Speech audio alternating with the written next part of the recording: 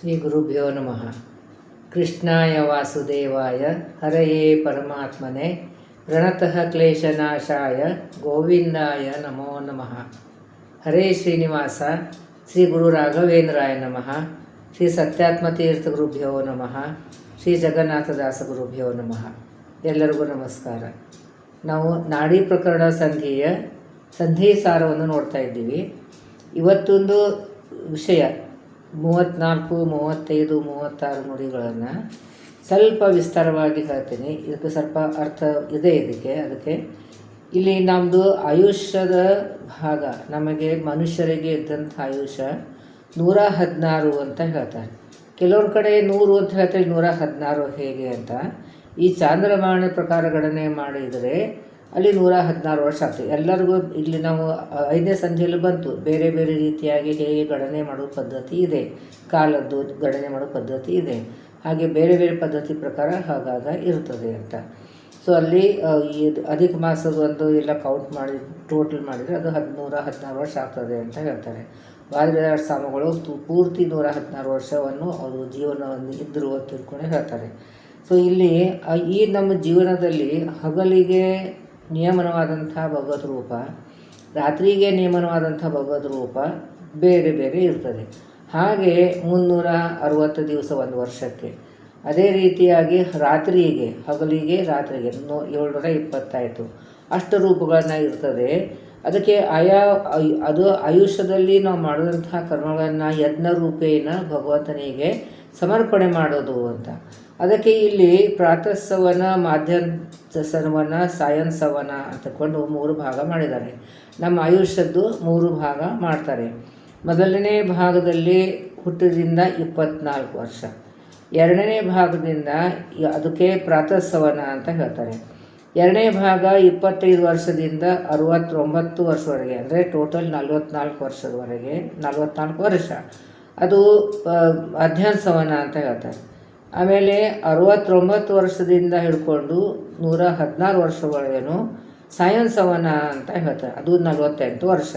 ಅಂದರೆ ಮೊದಲು 24, ಆಮೇಲೆ 69, ಆಮೇಲೆ ಮೊದಲು 24, ಆಮೇಲೆ 44, ಆಮೇಲೆ 48, ಇಷ್ಟು ಹಿಡಿದ್ರೆ ನಮಗೆ 116 ವರ್ಷ ಆಯುಷ್ಯ ಆಗ್ತದೆ. ಈ ಆಯುಷ್ಯದಲ್ಲಿ ಮಾಡಿದಂಥ ಕರ್ಮಗಳನ್ನು ನಾವು ಭಗವಂತನಿಗೆ ಯಜ್ಞತ್ವೇನ ಸಮರ್ಪಣೆ ಮಾಡಬೇಕು ಅಂತ ಹೇಳ್ತಾರೆ. ಆಮೇಲೆ ಇದೇ ರೂಪವನ್ನು ನಾವು ಶ್ರಾದ್ದ ಕರ್ಮ ಮಾಡುವ ಕೂಡ ಚಿಂತನೆ ಮಾಡಬೇಕು ಅಂತ ಇಲ್ಲಿ ಹೇಳ್ತಾರೆ. ಸೊ ಅದನ್ನು ಇವಾಗ ಸ್ವಲ್ಪ ವಿಸ್ತಾರವಾಗಿ ಇದೆ ಈ ವಿಷಯ, ಅದನ್ನು ಸ್ವಲ್ಪ ಹೇಳೋಣ ಅಂತ. ಇದು 34 ನೋಡಿ. ಕವಿಗಳಿಂದಲಿತ ಜ್ಞಾನಿಗಳಿಂದ ತಿಳಿದು ಪ್ರಾತಃಸವನ ಮಾಧ್ಯಾಹ್ನ ದಿನವೂ ಸಾಯಂಸವನಗಳು ವಸು ರುದ್ರ ಆದಿತ್ಯರುಗಳು ರಾಜಿಸುವ. ಅಂದರೆ ಇಲ್ಲಿ ವಸು ರುದ್ರ ಆದಿತ್ಯರು ನಿಯಮನ ಮಾಡುವಂಥ ದೇವತೆಗಳಿದ್ದಾರೆ ಅಂತ ಹೇಳ್ತಾರೆ. ಸೊ ವಸು ಜನ 8 ಜನ ಇರ್ತಾರೆ, ರುದ್ರರು 11 ಜನ, ಆಮೇಲೆ ಆದಿತ್ಯರು 12 ಜನ, ಇಷ್ಟು ಜನ ಅವ್ರು ಇರ್ತಾರೆ. ಅಲ್ಲಿದ್ದಂಥ ಭಗವದ್ ರೂಪಗಳನ್ನು ಎಲ್ಲ ಒಟ್ಟಿಗೆ ಆಮೇಲೆ ಹೇಳ್ತೀನಿ ನಾನು. ಅಲ್ಲಿ ರಾಜಿಸುವ ಅಂತಂದ್ರೇನು, ಅಲ್ಲಿ ನಿಯಮನ ಮಾಡ್ತಾರೆ. ಅಂದರೆ ನಮ್ಮ ಆಯುಷ್ಯದ ಈ ವರ್ಷಗಳನ್ನು ಈ ದೇವತೆಗಳ ಅಂತರ್ಯಾಮಿಯಾಗಿ, ವಾಯುದೇವರ ಅಂತರ್ಯಾಮಿಯಾಗಿ ಭಗವಂತ ನಿಯಮನ ಮಾಡ್ತಾನೆ. ಸೊ ಆಯಾ ಭಗವತ್ ರೂಪಗಳಿಗೆ ನಾವು ಮಾಡಿದಂಥ ಕರ್ಮಗಳನ್ನು ಸಮರ್ಪಣೆ ಮಾಡಬೇಕು. ಹಂಗಾರೆ ಇವತ್ತು ತಿಳ್ಕೊತಾ ಇದ್ದೀವಿ, ಇಷ್ಟು ವರ್ಷ ನಾವು ಮಾಡಲೇ ಇಲ್ಲಲ್ಲ ಸಮರ್ಪಣೆ, ಮತ್ತು ಅದು ವೇಸ್ಟ್ ಆಯಿತಾ ಅಂತಂದರೆ ಇಲ್ಲ. ಹಿಂದೆ ಮಾಡಿದಂಥ ಕರ್ಮಗಳನ್ನು, ಮುಂದೆ ಮಾಡಿದಂಥ ಕರ್ಮಗಳನ್ನು, ಇವಾಗ ಮಾಡುವಂಥ ಕರ್ಮಗಳನ್ನು ಎಲ್ಲ ಭಗವಂತ ನಿನಗೆ ಸಮರ್ಪಣೆ ಅಂತ ಅಂದ್ಬಿಟ್ಟು ಆಯಿತು. ಯಾವಾಗ ಅದು 5ನೇ ಸಂಧಿ ಆದರೂ ಬಂದಿದೆ, ನಮ್ಗೆ ಯಾವಾಗ ತಿಳುವಳಿಕೆ ಬರ್ತಾಯಿದೆ ಅವಾಗ ಸಮರ್ಪಣೆ ಮಾಡಿದರೂ ಕೂಡ ಭಗವಂತ ಸ್ವೀಕಾರ ಮಾಡ್ತಾನೆ ಅನ್ನೋದನ್ನು ಇಲ್ಲಿ ಕೂಡ ಹೇಳ್ತಾ ಇದ್ದಾರೆ. ಸೊ ಈ ರೀತಿಯಾಗಿ ನಾವು ಸಮರ್ಪಣೆ ಮಾಡಬೇಕು ಅಂತ ಅನ್ನೋದನ್ನು ಹೇಳ್ತಾರೆ. ಸೊ ಇಲ್ಲಿ ವಸು ರುದ್ರ ಆದಿತ್ಯರು ರಾಜಿಸುವ ಪವನನೋಳು, ಅಂದರೆ ವಾಯುದೇವ ಅಂತರ್ಗತನಾಗಿ ಕೃತಿ ಜಯ ಸುಮಾಯ, ಅಂದರೆ ಕೃತಿಪತಿ ಪ್ರದ್ಯುಮ್ನ, ಜಯಾಪತಿ ಸಂಕರ್ಷಣ, ಆಮೇಲೆ ಮಾಯಾಪತಿ ವಾಸುದೇವ, ಇವು 3 ಜನ ಇರ್ತಾರೆ. ಧವನ ಮೂರ್ತಿತ್ರಯ ಚಿಂತಿಸು, ಈ 3 ಜನದು ಮೂರ್ತಿಗಳನ್ನ ತಾರೆ, ಈ ರೂಪಗಳನ್ನು ನಾವು ಚಿಂತನೆ ಮಾಡು ಅಂತ. ದಿವಸವೆಂಬ ಆಹುತಿಗಳಿಂದ ಅರ್ಚಿಸುತ್ತ ಸುಖಿಸುತ್ತಿರು. ಈಗ ಅರ್ಚನೆ ಮಾಡ್ತಂದ್ರೇನು, ನಾವು ಭಗವಂತನಿಗೆ ಸಮರ್ಪಣೆ ಮಾಡೋದು. ಈ ಆಯುಷಲ್ಲಿ ಇಲ್ಲಿ ಮೊದಲನೇ ಪ್ರಾತಃ ಸವನದಲ್ಲಿ ಮಾಡಿದಂತಹ ಕರ್ಮಗಳನ್ನು ನಿನಗೆ ಸಮರ್ಪಣೆ, ಮಾಧ್ಯಾಸವನ ಮಾಡಿದಂಥ ನಿನ್ನ ಸಮರ್ಪಣೆ, ಸಾಯಸವನ ಮಾಡಿದಂಥ ಕರ್ಮಗಳ ಸಮರ್ಪಣೆ. ಯಾಕಂದ್ರೆ ಮತ್ತು ಇನ್ನು ಸಾಯಸವನ ನಮಗೆ ಪೂರ್ತಿ ಆಯುಷ್ಯ 116 ವರ್ಷ ನಾವೇ ಬದುಕುವುದಿಲ್ಲ. ಮತ್ತು ಹಂಗಾರೆ ಹೇಗೆ ಮಾಡೋದು ಅಂತಂದರೆ ಅದಕ್ಕೆ ಮುಂದೆ ಆಯುಷ್ಯ ಭಗವಂತ ಎಷ್ಟು ಕೊಟ್ಟಿರೋ ಗೊತ್ತಿಲ್ಲ.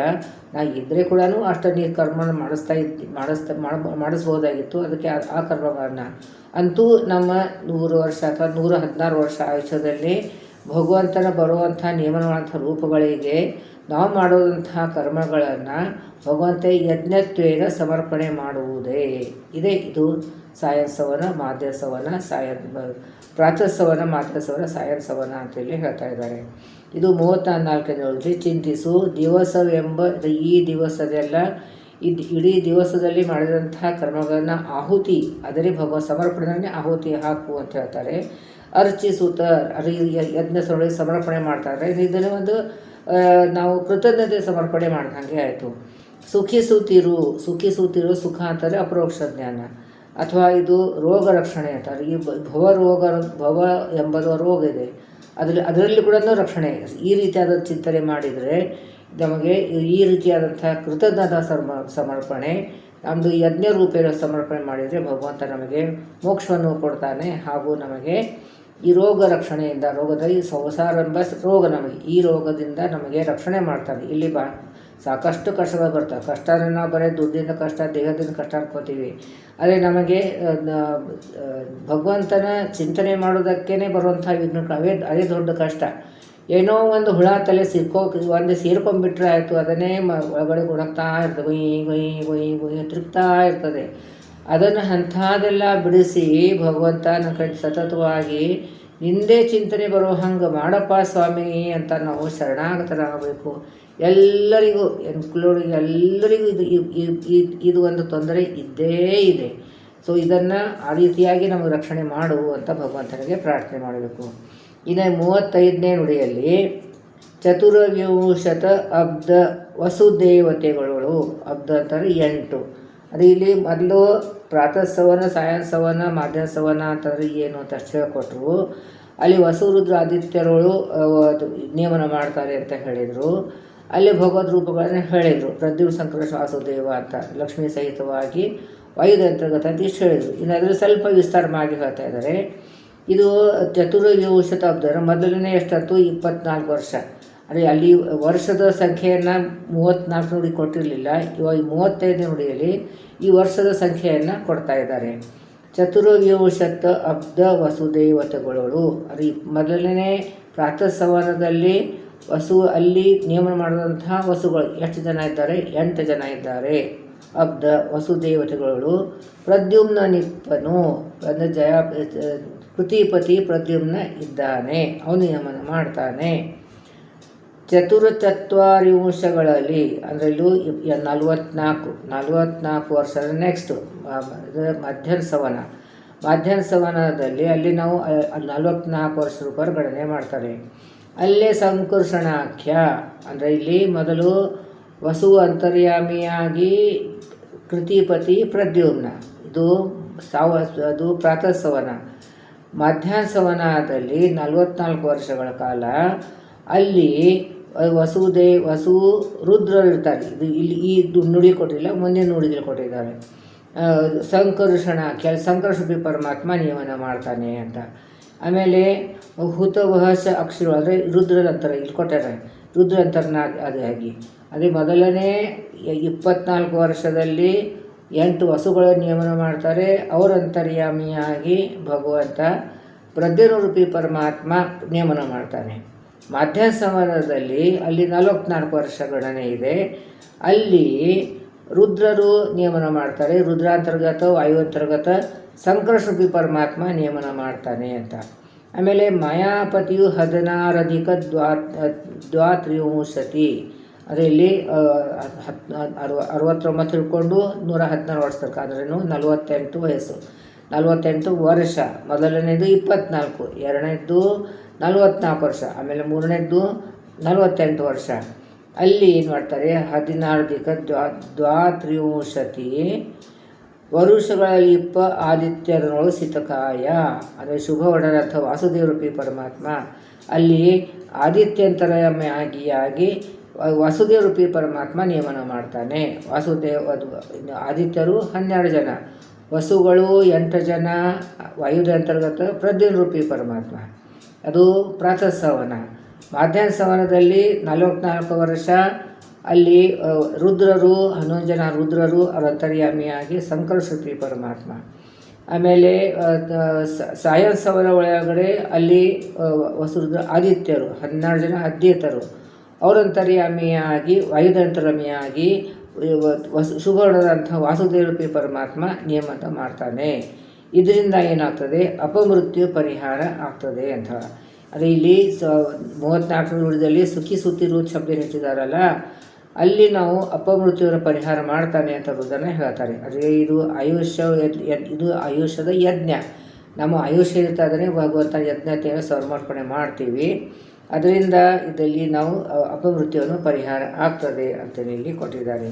ಇನ್ನು 36ನೇ ನುಡಿಯೊಳಗೆ ಷೋಡಶೋತ್ತರ ಶತವರುಷದಲ್ಲಿ ಷೋಡಶೋತ್ತರ ಶತಸ್ವರೂಪದಿ ಅದೇ 116 ರೂಪಗಳನ್ನು ಹೇಳಿದರು. 116 ಅಲ್ಲಿ ವರುಷ ಅಲ್ಲಿ ರೂಪಗಳು 116 ವರ್ಷ ಅಲ್ಲಿ ವರುಷ ಷೋಡಶೋತ್ತರ ಶತವರುಷದಿ ಅದೇ ಷೋಡಶೋತ್ತರ 16 ಅದು ಮತ್ತು ಶತ ಅದೇ 116 ವರ್ಷದಲ್ಲಿ ಷೋಡಶೋತ್ತರ ಶತ ಸ್ವರೂಪದಿ ಅಷ್ಟು 116 ವರ್ಷದಲ್ಲಿ 116 ರೂಪದಿಂದ ಭಗವಂತ ಕ್ರೀಡಿಸುವ ಲೀಲೆ ಆಡ್ತಾನೆ, ಕಾರ್ಯವನ್ನು ಮಾಡ್ತಾನೆ. ವಸು ರುದ್ರ ಆದಿತ್ಯರುಗಳು ಸತಿ ಸಹಿತ ಲಕ್ಷ್ಮೀ ಸಹಿತವಾಗಿ ವಸು ರುದ್ರ ಆದಿತ್ಯರಂತರ್ಯಾಮಿಯಾಗಿ ಈ 116 ವರ್ಷ ಒಳಗಡೆ 116 ರೂಪದಿಂದ ಭಗವಂತ ಲಕ್ಷ್ಮೀ ಸಹಿತವಾಗಿ ನಮಗೆ ಕರ್ಮವನ್ನು ಮಾಡಿಸ್ತಾನೆ ಅಂತ. ವ್ರೀಡೆ ಇಲ್ಲದೆ ಅಂದರೆ ದೇಹಾಭಿಮಾನಿ ಇಲ್ಲದೆ, ನಾಚಿಕೆ ಇಲ್ಲದೆ, ದೇಹಾಭಿಮಾನಿ ಇಲ್ಲದೆ ಭಜಿಪ ಭಕುತರ ಯಾರು ಭಕ್ತರು ತಮ್ಮ ದೇಹ ಅಹಂಕಾರ ಮಮಕಾರವನ್ನು ಬಿಟ್ಟು ದೇಹಾಭಿಮಾನಿಯನ್ನು ಬಿಟ್ಟು ಯಾರು ಭಜಿಪ ಭಕುತರ ಯಾರು ಭಕ್ತರವರೆಗೂ ಭಜನೆ ಮಾಡ್ತಾರೋ ಸ್ತೋತ್ರ ಮಾಡ್ತಾರೋ, ಪೀಡಿಸುವ ದುರಿತೌಘಗಳ ಅವರಿಗೆ ಪೀಡೆ ಕೊಡ್ತಾ ಇರ್ತದೆ. ದುರಿತವುಗಳ ಅಂದರೆ ಪಾಪಗಳ ಸಮೂಹ ಪ್ರವಾಹ ರೂಪದಿಂದ ಬಂದೇ ಬರ್ತದೆ. ಅಂಥದ್ದನ್ನು ಭಗವಂತ ದೂರೋಡಿಸುವ ಬಳಿಯಲ್ಲಿ ಬಿಡದೆ ನೆಲೆಸಿಪ್ಪ ಭಯಹಾರಿ. ಸೊ ಇಲ್ಲಿ ಭಯವನ್ನು ದೂರ ಮಾಡ್ತಾನೆ. ಇಲ್ಲಿ ಯಜ್ಞದಲ್ಲಿ ಇದು 3 ಛಂದಸ್ಸಿನಂಥ ಪ್ರತಿಪಾದಂಥ ರೂಪಕ್ಕೆ ಇಲ್ಲಿ ಆಹುತಿ ಹಾಕಬೇಕು. ನೆಲೆಸಿಪ್ಪ ಭಯಹಾರಿ ನಮ್ಮ ಭಯವನ್ನು ದೂರ ಮಾಡ್ತಾನೆ. ಅದೇ ಇಲ್ಲಿ ನಮಗೆ ಈಗ ಸಂಸಾರದಲ್ಲಿದ್ದಂಥ ಭಯವನ್ನು ದೂರ ಮಾಡ್ತಾನೆ. ಆಮೇಲೆ ನಮಗೆ ಮುಕ್ತಿಯಲ್ಲಿ ಕೂಡ ಭಯವನ್ನು ದೂರ ಮಾಡ್ತಾನೆ. ಹಾಗೂ ಸಂಸಾರದಲ್ಲಿ ನಮಗೆ ಈ ಸಾಧನೆ ಮಾಡೋಕ್ಕೆ ಏನು ಭಯ ಇರ್ತದೆ ಅದನ್ನು ಕೂಡ ದೂರ ಮಾಡ್ತಾನೆ. ಅದಕ್ಕೆ ಭಯಹಾರಿ ಅಂತ ಹೇಳ್ತಾರೆ. ಇನ್ನು 37ನೇ ನುಡಿಯಲ್ಲಿ ಇದೆಲ್ಲ ಸೇರಿಸಿ ಎಷ್ಟು ಲೆಕ್ಕ ಆಗ್ತದೆ, ಭಗವಂತ ರೂಪಗಳನ್ನು ಎಷ್ಟು ಆಗ್ತದೆ ಅಂತ ಲೆಕ್ಕ ಹೇಳ್ತಾರೆ. 37ನೇ ನುಡಿಯಲ್ಲಿ 3,80,520 ರೂಪದಿ ಅಂದರೆ 83,520 ರೂಪದಿಂದ ತೋರುತ್ತಿಪ್ಪ ದಿವ ನಿಶ ಅಧಿಪರೊಳಗೆ ಅಂದರೆ ಹಗಲು ರಾತ್ರಿಗೆ ನಿಯಮನವಾದಂಥ ದೇವತೆಗಳಂತರ್ಯಾಮಿಯಾಗಿ ಭಗವಂತ ಇರ್ತಾನೆ. ನಿತ್ಯದಲ್ಲಿ ಇರ್ತಾನೆ.